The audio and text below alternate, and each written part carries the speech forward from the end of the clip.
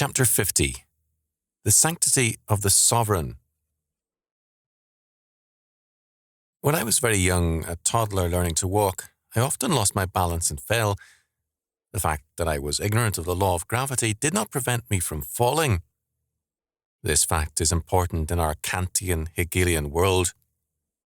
The presuppositions of modern philosophy are that the real world is the world conceived by the mind of the philosopher and intellectual, whose reason ascertains its own reality because the rational is the real. As a result, persons who have never heard of Kant or Hegel will tell you what reality is because they so conceive it. Their quote-unquote wisdom is introduced with the decisive, "Well, I think." Theirs is the new voice from a new Mount Sinai. Our age cannot be understood apart from this presupposition. Jesus Christ said, as God incarnate, "I am the truth," John 14:6. Modern man says, "If truth there be, I am the truth." An old expression, once common, now less used, but still operative, is, quote, "the sanctity of the sovereign," end quote. Charles Norris Cochrane had this to say about its meaning in ancient Rome.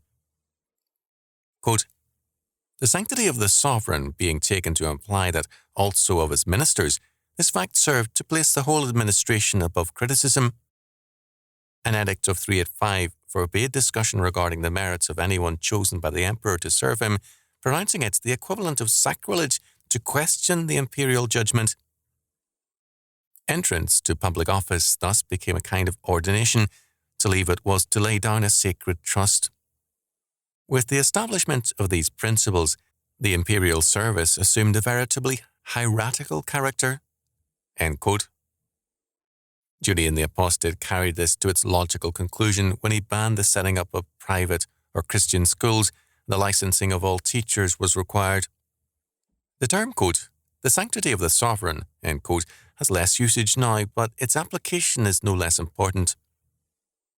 In the modern age, the king's person was so sacred that any attempt on his person led to the most vicious kind of execution. To be drawn and quartered was the punishment for anyone, as in France and England, who plotted or attempted or killed the king. He would be dragged to the place of execution by a horse or behind a cart. Evisceration would follow, being pulled apart while alive by horses, and then his body cut up into pieces for his, quote, "sacrilege," end quote. Whenever or wherever the sovereign is a man or an institution, the penalty has normally been savage. As modern republics slip into becoming sovereign states, their penalties likewise grow in severity, their officials gaining immunity in the process. Where God is sovereign, men recognize that hell is the self-chosen penalty of all rebels, but where civil rebels are concerned, hell must be here and now and visible to all. The American expression, "you can't fight City Hall," is early evidence of the state's claims to a right to all attempts to challenge its right to a freedom from accountability. There's a serious problem with every humanistic concept of, quote, "the sanctity of the sovereign," end quote. Law is the expression of the will of the sovereign for his subjects, or, in a classic statement, quote, "Law may be defined, the command of the sovereign power containing a common rule of life for the subjects," end quote. Non-theistic law lacks universality or Catholicity. It is not, quote, "a common rule of life," end quote, because it is oriented to class interests, status concerns, and self-serving goals that are hostile to Catholicity. They serve capital or labour, farm or city, a specific race, a philosophy such as Marxism, and so on.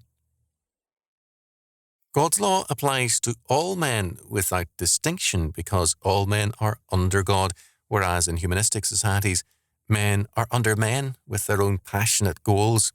Quote, "The sanctity of the sovereign," end quote, is thereby transferred from God to some men and their civil orders.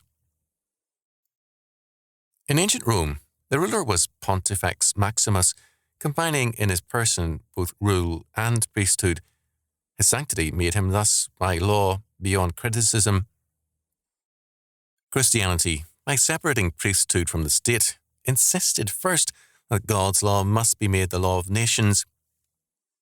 It is significant that biblical family law was early stressed and enforced.